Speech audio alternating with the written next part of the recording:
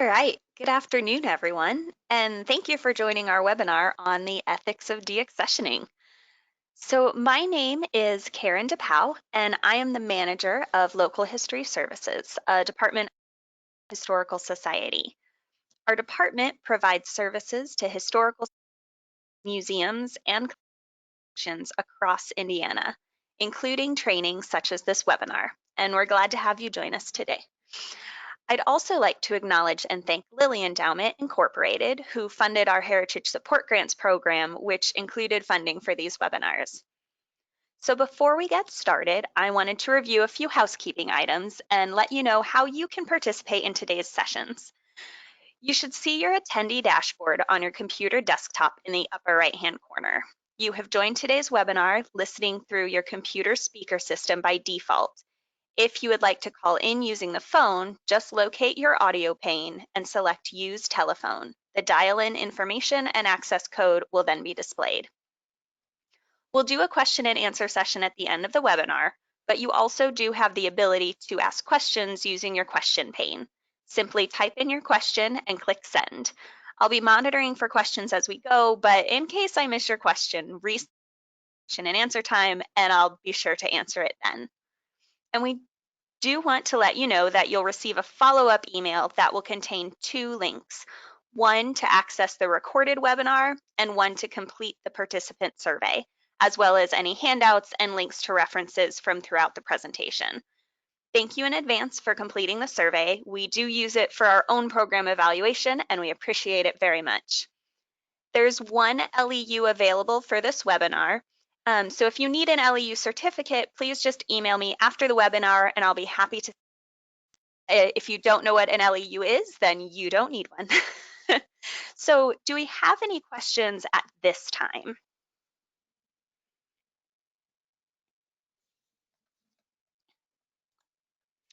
All right, it looks like there are no questions right now, so let's do a poll question and then we'll get started here.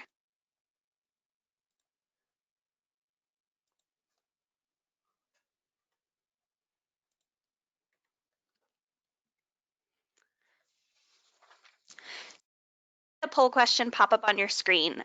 We're just curious how many people are watching the webinar on site with you today.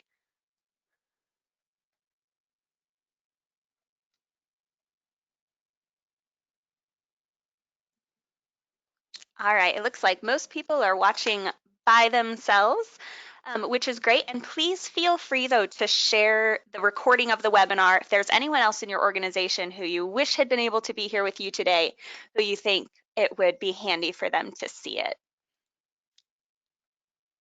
All right, so we'll close that. And thank you so much, guys, for participating in the poll. So now let's dive into the ethics of deaccessioning. So today we will be discussing the ethics of deaccessioning. Now, there are a number of different types of organizations that hold collections and practice deaccessioning. Our primary focus today, though, will be on organizations with non-living history collections. So if you represent living collections like a zoo, that is an entirely different ball of wax. If you would like to contact me afterwards, I can send you some resources, but we're not going to talk about that here. The objectives for the webinar are to help you become acquainted with and therefore hopefully more comfortable with the laws and ethics that guide deaccessioning. Also to understand what it means to clear title on an object being deaccessioned. Oh, I'm being told I hadn't closed the poll correctly. All right, give me just a second, folks. It says it's closed.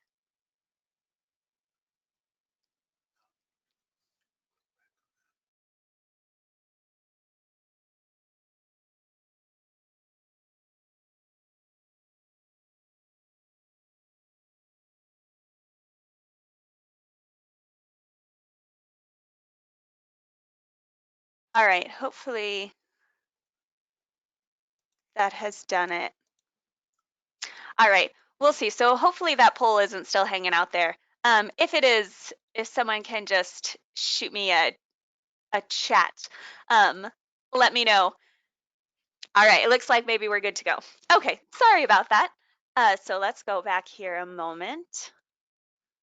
Okay, back to our objectives. So the plan is that hopefully at the end of this, you'll be a little bit more comfortable with the deaccessioning process, and especially obviously with the laws and ethics that guide that deaccessioning. Also, to kind of understand what it means to clear title on an object being deaccessioned. And another part of the discussion will include appropriate methods of disposal of items and the ethical use of funds if you choose to sell those items.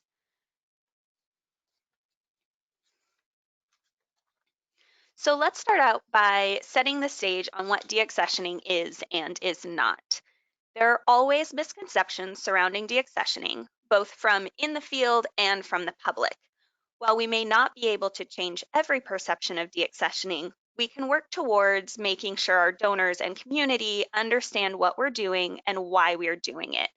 To that end, it's important to understand that deaccessioning is not throwing things away, shuffling things around storage areas, identifying the big stuff and getting rid of it just to clear space, disrespectfully getting rid of someone's past, discarding items that have a community connection, making money to solve operational financial mismanagement, something to be intimidated by, or a bad thing. It is actually a very good and responsible thing that museums should be doing. So then, if deaccessioning is none of those careless, scary things just mentioned, what is it? Well, deaccessioning is permanently removing an item from your museum collection, culling the collection to align with the organization's mission, strategic plan, and collecting goals, disposing of items in a mindful manner, making informed decisions regarding the organization's ability to properly care for items, and removing the stuff so you can find the treasures and stories that truly reflect the museum's mission and community. It is very important to understand that deaccessioning is a very thoughtful and intentional process. If you're going into deaccessioning the same way you would go into spring cleaning your house, focusing in on taking as much stuff to the donation drop off as quickly as possible to get your storage area finally under control, then maybe now is not the time to consider deaccessioning. There are multiple important things we could discuss today concerning deaccessioning. In fact, this webinar is based on an entire day-long workshop that we do on deaccessioning. And just a little side plug, if you're in the area and would like, we are doing our full deaccessioning demystified workshop in Northwestern Indiana in 2020. So keep an eye on our website for more details if that is of interest to you. So although I want to keep this webinar focused on the legal and ethical issues surrounding deaccessioning, I do want to say this. One of the best ways to feel comfortable with your deaccessioning practices is to make sure your collections management policy is up to date and genuinely reflects the mission and collecting goals of your institution. It is far easier to decide what should and should not be in your collection before it ever comes through your doors. And it is certainly easier to make some of those decisions before you're face to face with a potential donor who's offering you their most prized family possession. By creating a strong collections management policy, we can make sure that the cycle of collecting that got most of us into this mess that is overflowing storage areas full of items that don't relate to our missions stops here. Museums will always be culling their collections, but we can do our best to make sure we are deaccessioning in a responsible way by accessioning responsibly to begin with. So, what is it that guides deaccessioning practices in museums?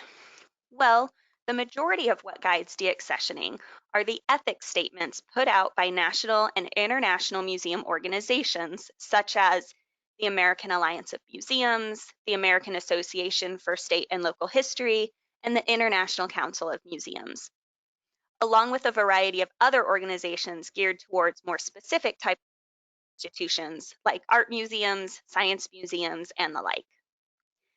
These organizations consult experts in the field to create such statements. Another overarching aspect that guides deaccessioning, mostly when it comes to what to do with deaccessioned items and how to clear title on items a museum wishes to deaccession, are federal, state, and local laws.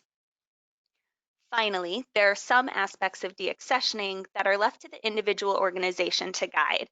This is done through the organization's plans, policies, and mission. The collections management plan and policies will help determine what objects and types of objects are appropriate for the collection now and in the future. These can then be applied to objects currently in the museum collection to determine what to deaccession. The organization's mission greatly guides what goes into the collection and where the focus of financial resources for collections care should be spent. This can guide deaccessioning in that if the museum is to collect and preserve items from, say, the state of Indiana, then objects from Missouri should be considered for deaccession, as the preservation of those items would not be a responsible way for IHS to use its financial resources. We'll talk a little bit later on about transferring those items actually to that state museum in Missouri so that you can make sure they stay in the public trust.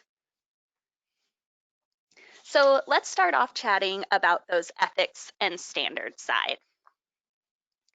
An important thing to understand is that there's a difference between ethics and laws.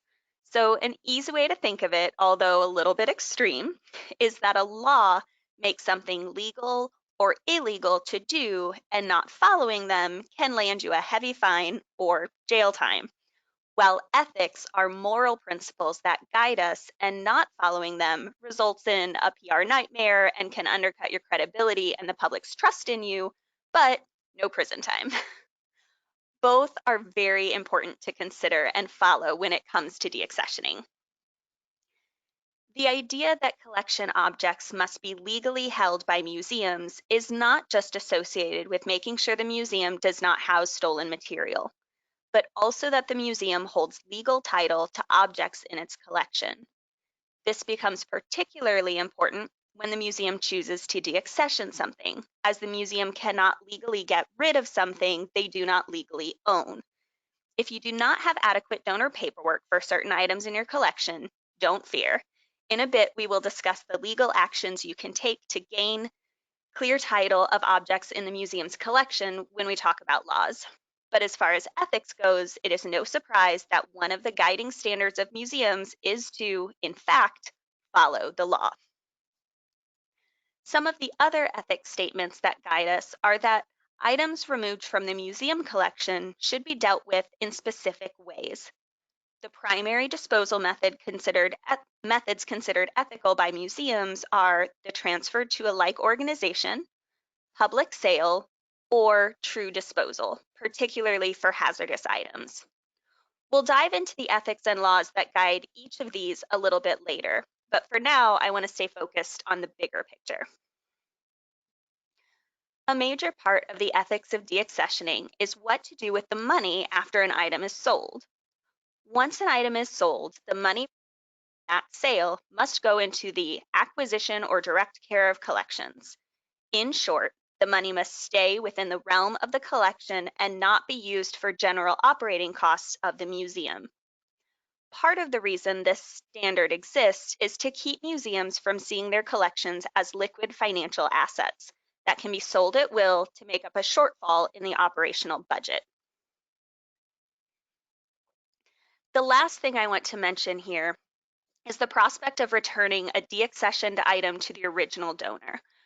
Note that the ethics statement is that objects are not generally returned. This is because returning an item to the donor is not seen as an ethical disposal method, specifically according to the International Council of Museums, which lists, quote, donation, transfer, exchange, sale, repatriation, or destruction, end quote, as the options for permanent removal of an object. However, legally, this is an action the museum can take. For that reason, we're going to dedicate an entire slide to this point a little bit later on.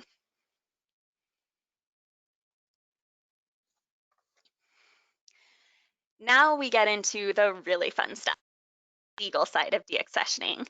And this is, of course, where I get to make the all-important disclaimer. I am not a lawyer. This is my attempt to make you aware of the laws that may come into play when museums go down the path of deaccessioning. I've tried to make some of these laws understandable to you based on my own understanding of the laws. If you have questions on these laws or how they apply directly to your organization, seek legal counsel. Because again, I am not a lawyer and this is not legal advice. That said, the first legal step a museum must take when deaccessioning an item is to make sure that the museum has clear and legal title to the item. This means, in essence, that the museum owns the physical item and therefore retains the right to do as it wishes with it, whether that means keeping it in the collection or deaccessioning and disposing of it. We'll discuss gaining legal title in the next slide. There are a few federal laws that are very important when it comes to what can be done with deaccessioned items. Because most of these federal laws are meant to protect animals and ensure that they are not being killed and sold illegally, there are often caveats for items that are considered antique, usually defined as older than 100 years, or can be proven to have been made prior to the act being passed and therefore were legal at the time of their creation. However, that is 100% true across the board. So it is important to know and understand each of these laws when dealing with these particular types of items. The most recognizable laws are those governing the sale and purchase of fur, feathers, and ivory. The primary laws to consider here are the Endangered Species Act of 1973, the Bald and Golden Eagle Protection Act of 1940, and the Migratory Bird Treaty Act of 1918. You might be wondering where in your collection these types of things could be hiding. Often items that fall under these laws consist of things like taxidermy, tribal objects, scrimshaw, jewelry, hat, thing. Another law that often comes to mind is the Native American Graves Protection and Repatriation Act. However, we're not going to dive into this law here because it can be called into action whether or not the museum wishes to deaccession the item. So if you have possible Native American artifacts in your collection, whether you plan to deaccession them or not, I do encourage you to look into NAGPRA and see how it might affect you. Finally, the disposal of human remains or possible grave memorials or burial items is often covered by various laws. In Indiana, this is covered under Title 14 of the Indiana Code. If you're not from Indiana, I encourage you to become aware if your state has laws regarding these types of materials. In short, the Indiana Code states that it is illegal to sell or purchase items that fall under this category. We will talk more about auction houses later when we deal with methods of disposal, but I do want to state here that the legal side of disposal can be a good reason to work with an auction house because a reputable auction house will be knowledgeable of these laws and can help you figure out if an item you're sending to them falls under the law in any way, such as if the item cannot be transferred over state lines and so it must require an in-state purchaser. One final point I want to make here is that bald eagles, in whole or in part, as standalone objects or as part of a larger item, must first be offered to the National Eagle Repository. The NER will then let you know the next steps to take. Usually, this will either be letting you know that you may dispose of the item in another way, for instance, if it is a taxidermy eagle that contains arsenic, or they may instruct you on how to send the item to them. The NER then works with Native American groups to provide them with eagles and eagle feathers for ceremonial use without the need to harm the current bald eagle population. These are the main laws you're likely to run into when deaccessioning museum items. Most of them come into play when it comes time to dispose of deaccessioned items, but a few of them also have implications for the museum if they choose to keep the item, such as the Bald and Golden Eagle Protection Act of 1940 that requires museums to obtain an eagle exhibition permit. You can find information regarding that through the U.S. Fish and Wildlife Services. Now, let's dive even a bit deeper into that question of gaining clear title. That is one of the legal aspects of museum deaccessioning I tend to get the most questions about, especially since having clear title of an object is a step that comes even before the museum officially deaccessions it. Now, I know there are people joining us on this webinar from areas outside of the state of Indiana, so I'm going to first talk a bit in general terms before spending a few short minutes discussing the specifics of the Indiana Museum Property Law. But don't let me lose you completely, because next we will talk about the legal and ethical ways to go about the second part of the deaccessioning process, physically removing objects from the museum. Again, I'll reiterate, I am not a lawyer. Having clear title of an item in the museum collection essentially means that the museum holds a signed deed of gift or other legal paperwork that transfers the title and ownership of the item to the museum. If the museum has this for an item, then they are free to consider deaccession.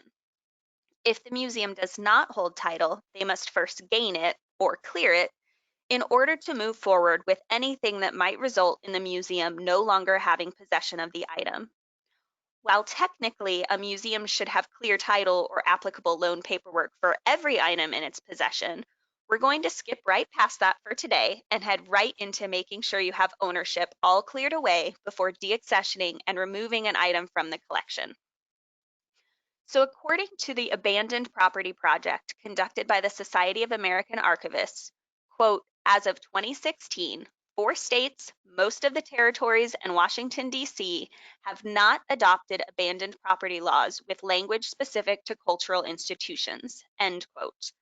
This means that a vast majority of states do, in fact, address abandoned property left in the care of cultural organizations in some way, which is going to make our lives a lot easier.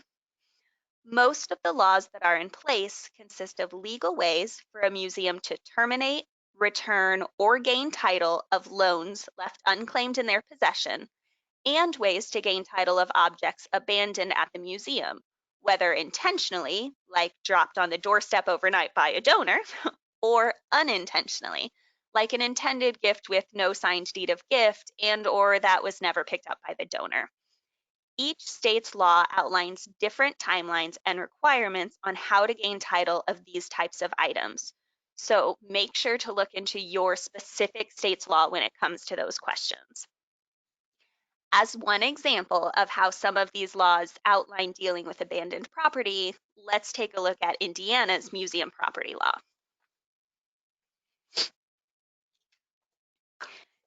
Indiana's museum property law, Title 32, Article 34, Chapter 5, Property Loan to Museums, guides Indiana institutions on how to gain ownership of property with either unknown or unreachable owners. The first step is to determine what type of item you have, as that will help inform your next steps. So ask yourself, does the item in question have loan paperwork with an end date or that was intended as permanent? Is documented as loaned but does not have either of those things? Is completely undocumented without any indication of loan paperwork, deed of gift, indication of transfer of title, or identifiable owner? Or is it something that can legitimately be presumed as a gift, for instance, was dropped on the museum property from an unknown source in a manner that implies it was intended to be given to the museum? Depending on which question the museum answers yes to, determines the next steps the museum takes to clear the title. We'll flip through these next slides fairly quickly, but I do want to make sure and hit on all of this at least briefly. Overall, the Indiana Museum Property Law is written in fairly and understandable language. However, because it is a law, it is not necessarily written in a way that is useful for the way most museums wish to use it. So I've put together a series of if-then slides regarding the law, but I also want to let you know that a copy of this as it appeared in the September 2018 Collections Advisor newsletter produced by Local History Services will be included in your handouts, so don't worry about trying to copy the information down. It will also include a link to the law itself because, again, if you have any questions, always go back to the exact law and make your own determinations with the advice of a lawyer, because I am not one. So there are 4 scenarios addressed by the Indiana Museum Property Law. The first one is that if an item is documented as loaned and includes an ending date or was intended as permanent, then the museum is required to give notice of loan termination. We're not going to go into the exact details of how to give notice, but the law clearly outlines this down to the wording they require you to use. If no lender responds to that notice of loan termination within 60 days, then the museum gains title. The designations of time are one of the places where museum property laws can vastly differ state by state. The original Indiana law, in fact, had much longer time requirements, but input from the museum community convinced the legislature that the timeline was rather unwieldy, and they found some compromises.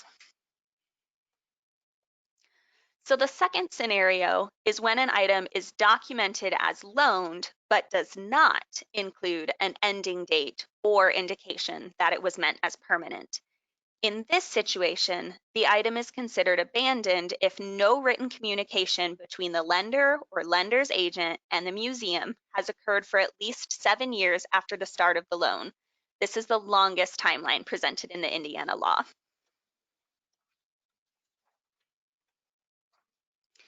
If the item in the museum is undocumented and has no indication of loan, no deed of gift, no indication of transfer of title, and no identifiable owner, then the museum follows these steps. First, the museum must have possession of the item for at least 3 years. Second, the museum must give notice of asserting title. And don't worry if the museum has no idea who the original owner is, because the Indiana property law tells you how to provide notice to both known and unknown owners. And finally, if no lender responds within 60 days of the notice, then the museum clears title. The final scenario the law covers is in the case of items abandoned on museum property. If the item is presumed as a gift and is found on museum property, is from an unknown source, and/or is reasonably assumed as intended as a gift, then the museum must only wait 90 days. If in that time no one comes forward to claim ownership, then the museum may presume the item is a gift. Note that in any of these scenarios, once the museum has legally cleared title, the museum is legally free to keep the item as part of their permanent collection or to deaccession the item following all of the museum guidelines. If you're not from Indiana and zoned out a bit on those last few slides, get back with me now because we're going to move on to the next step. So once the museum has determined it would like to deaccession an item from its collection and the museum has ensured they have clear title of the item, the second part of the deaccessioning process that has its own set of guiding ethics and laws is the removal of these items from the museum.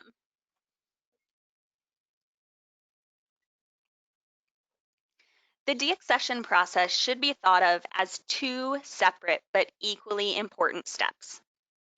These steps are done independent of one another. The first step is using the deaccession criteria set up by the museum in order to determine whether or not an item should remain in the museum's collection. The second step is to determine the method of removal from the collection of the object which has been deaccessioned. One of the reasons it's so important to keep these separate is to eliminate any possibility that an item will be deaccessioned based solely on its monetary value to the museum, or on the flip side, kept because another museum does not wish to take the item as a transfer. There are 4 methods of removal that we will discuss in the following slides: transfer, return to donor, public sale, and disposal. Note that these are not presented in any particular order.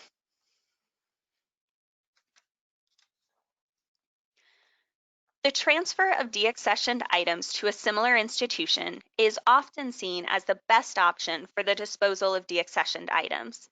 This is because by transferring an item to another institution whose mission and collecting plan make the object a better fit, the item stays in the public trust and remains available to the public. However, it is also important to consider making sure that you're not merely pushing off your unwanted collection items to another unsuspecting institution.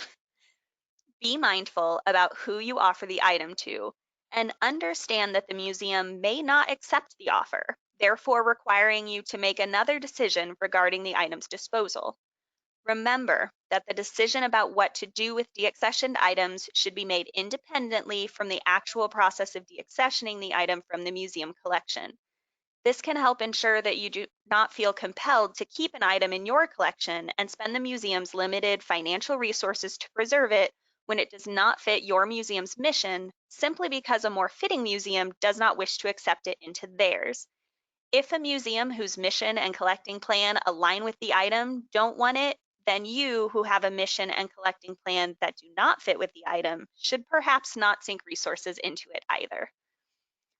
Consider some of the other options for disposal. When you transfer an item to another institution, you're now taking the role of the donor. You will likely sign a deed of gift for the receiving institution, so they have all of their paperwork in order for legal ownership of the item from the point of transfer onward. It can also be collegial to pass along to the new owning institution copies of any information regarding the item, such as original donor, family history, etc. Some organizations will even copy and transfer the catalog record if they use the same system in order to save the new institution the time of creating a brand new record. Note that you can also transfer a deaccessioned item internally. For instance, if the museum has an education or hands-on collection that is used in the education of the public, the museum might wish to deaccession the item from the permanent collection and then transfer it to the other collection. The item is now governed by the policies and procedures of the education collection from that point forward. Usually, items in these types of collections are not accessioned and are held to an entirely different preservation standard.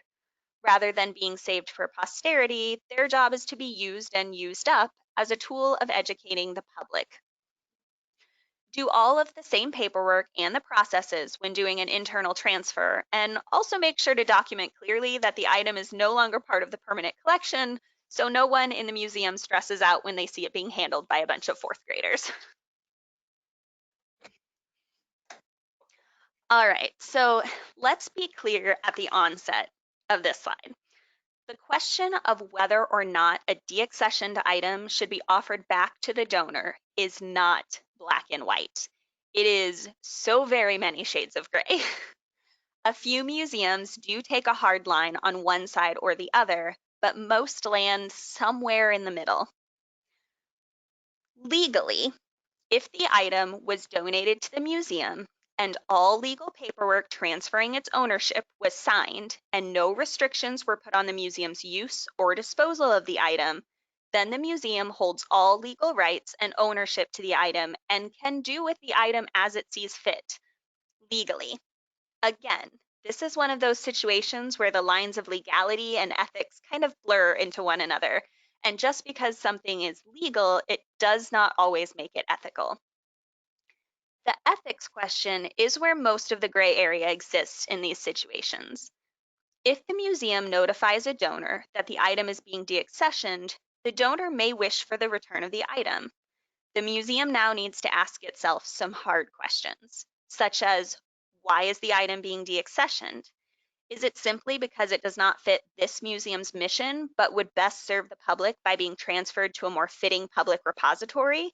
If so, the museum may deem it better to transfer ownership of the item to a similar institution, rather return it to private hands, even if the donor is interested in receiving it back. When returning a deaccessioned item to a donor, there are a few things to consider.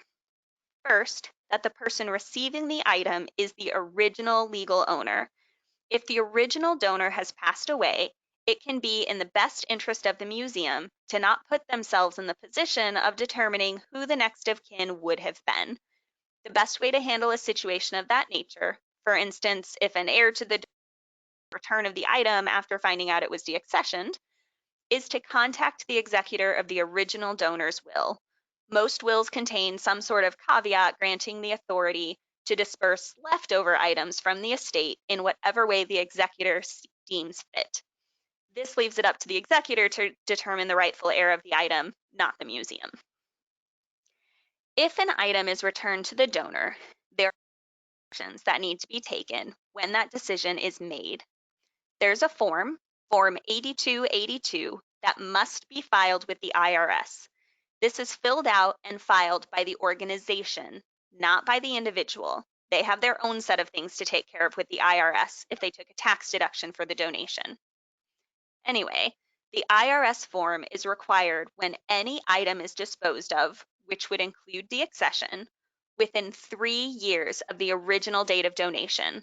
The form also applies to items of specific monetary value. Whether or not the museum will return items to a donor is a discussion that the museum should have before undertaking deaccessioning and should clearly outline in its organizational plans and policies that govern deaccessioning. All of this said, one of the things a museum must consider when determining whether or not to offer a deaccessioned item back to the donor is, in short, whether or not it's worth it. And thus you have the giant gray area.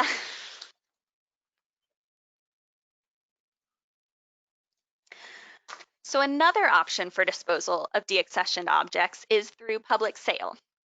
The museum must first determine what type of public sale to have. Any type of public sale might be legal and even ethical according to museum standards. However, a particular organization might determine that one type of sale is preferred over another due to the public optics. For instance, sending deaccessioned items to an auction house might feel more publicly acceptable than advertising a yard sale.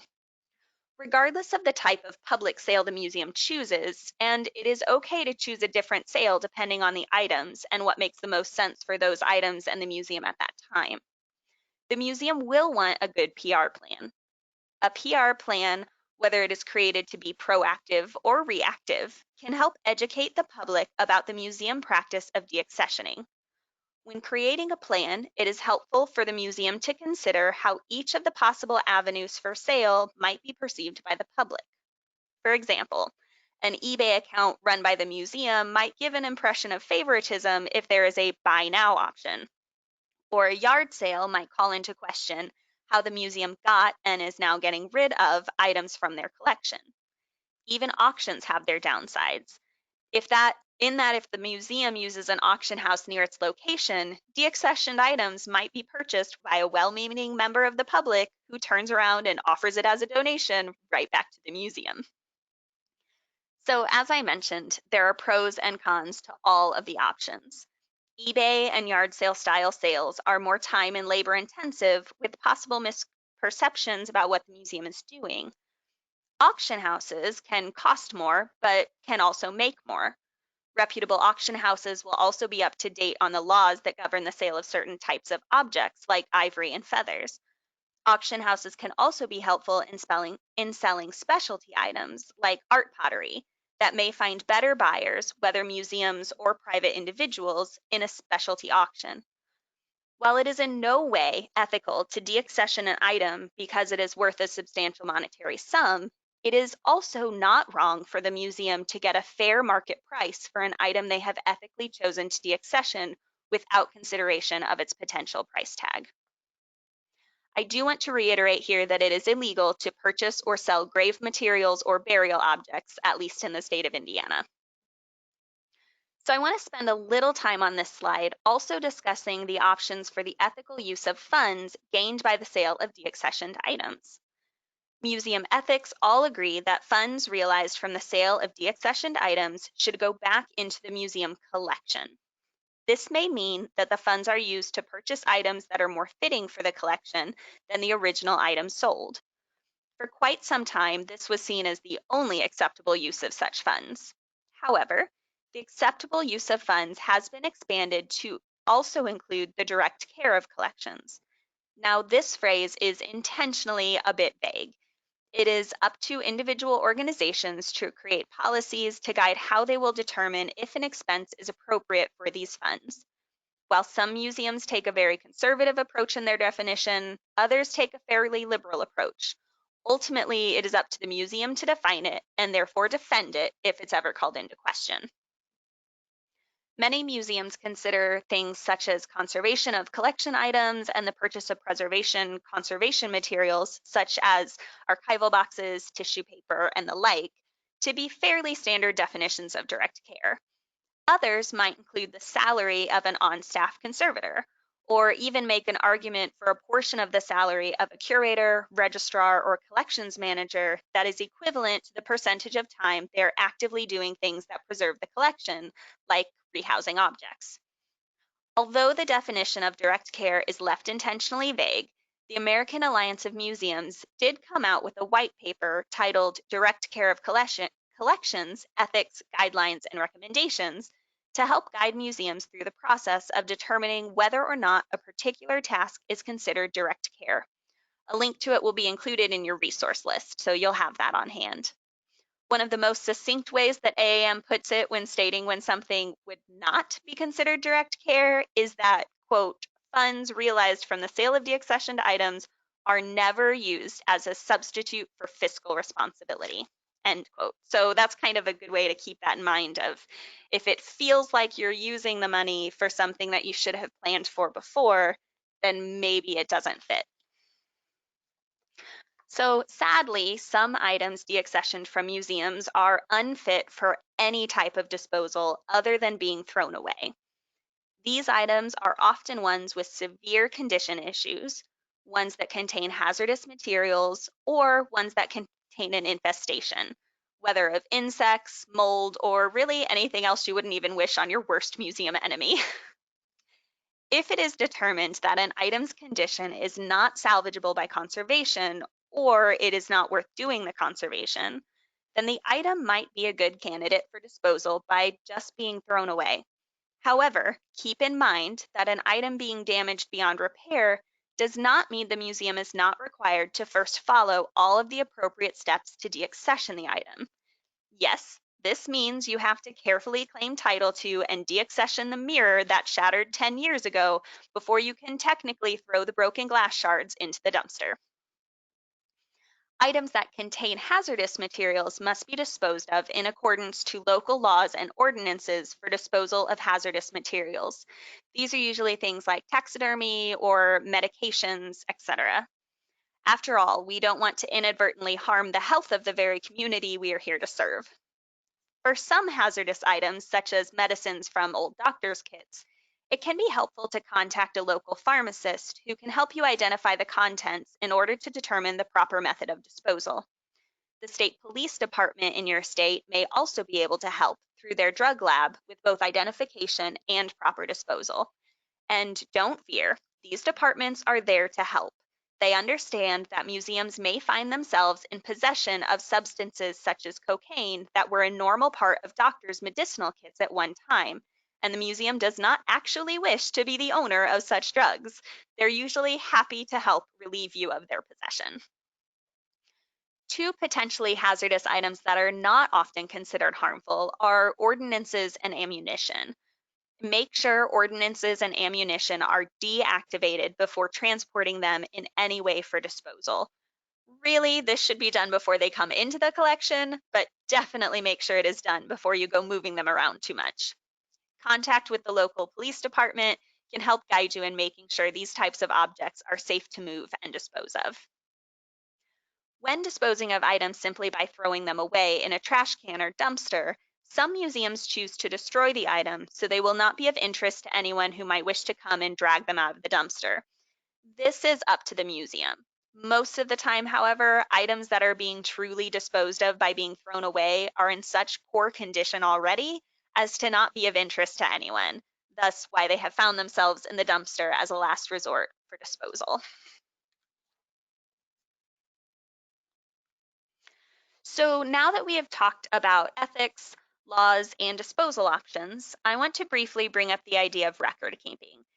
It's important to keep records from deaccessioned items as carefully as you keep all other records. There may be pieces that you can dispose of, but you need to keep records of the fact that it was in your collection. A snapshot of the object can even be helpful. And keep all the documentation you went through in order to gain clear title, deeds of gifts, etc. Just because you got rid of it doesn't mean someone couldn't come around asking about it 20 years from now.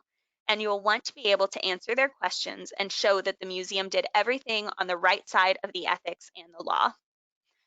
I cannot emphasize this enough. Keep records. Even if the object is no longer represented in your museum, its history of having been part of the museum should remain in the institutional record for that organization.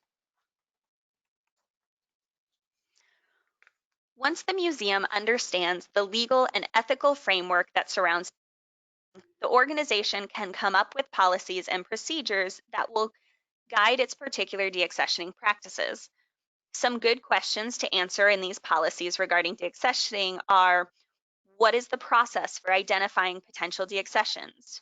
Who approves and signs off on deaccessions? What's the order of preference for removal and disposal? What records will be kept after an item is deaccessioned and removed? And what qualifies as direct care of the collections? By answering these questions before you even begin deaccessioning, it can make the entire endeavor smoother, easier, and less anxiety-riddled. Keep in mind that when the museum creates its policies and procedures for dealing with deaccessioning items in its collection, it is important that the museum apply them equally across the board. Whether the item is worth $1 or $10,000, the policies should be applied equally, unless the organization has decided to create different policies to deal with different groups of deaccessions. One of the most important reasons to follow these regardless of the situation is because if a deaccession is ever challenged, it's important for the museum to be able to say that they followed their policies and did their due diligence to do everything right by the object. If the museum follows its own policies sometimes, but not others, a court may call into question what made this situation different. These policies can be a great place to outline whether or not, and if so, how, the museum might return objects to donors, how they will determine institutions they would transfer items to, what procedures they would follow in putting items up for public sale, and even what types of sales the museum deems appropriate.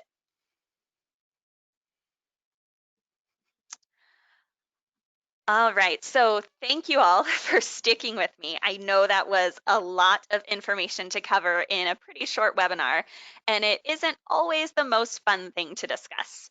But once you understand those legal and ethical sides of deaccessioning, it is so much easier to dive in with confidence and do what's right by the museum and the objects in its collection.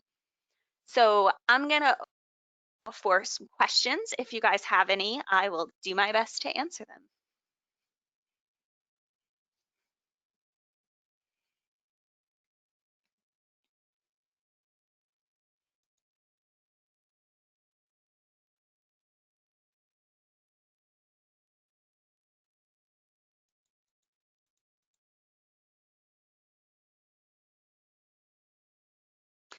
All right, no questions. Wow.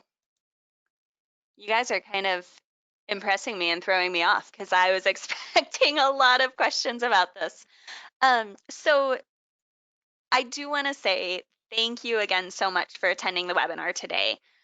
Look out over the next few days for an email with the survey link to the recording, and some links to those references that we discussed earlier, some of those laws, the access point for kind of seeing if your state has some kind of law that determines legal ownership for museums and abandoned property, things of that nature. If you guys have questions moving forward after the fact, or if you share this recording with other colleagues and they have questions, you can please feel free to follow up with me via the information that's shown here on the slide. So if there are no questions, I guess we'll wrap this bad boy up. So thank you all so much again, and we will hopefully see you at our next webinar. Thanks.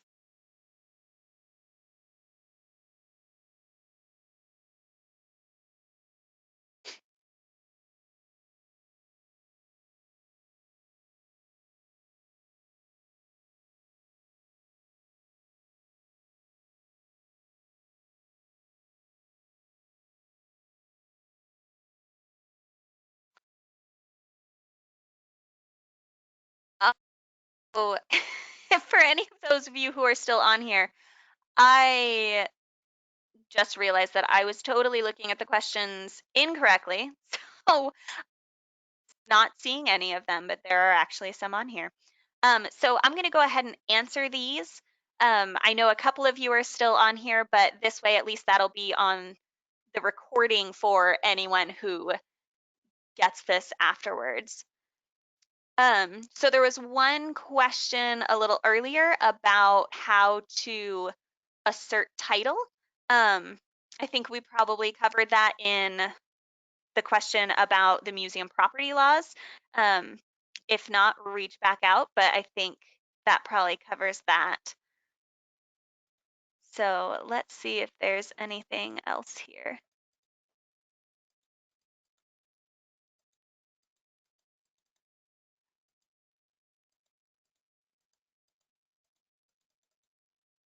All right, I think that looks like maybe it was the only question as long as I have figured out how to use this webinar backside correctly. So yeah, hopefully that question was answered as far as asserting title. That's all should be outlined in your abandoned property law. If you're in a state that doesn't have one of those, check in with your legislature and see if it's something that's on the books to take a look at. It could be a great thing to head up. All right. Now I think we're good to go. So thank you all again for those of you who are still around, and we will see you later.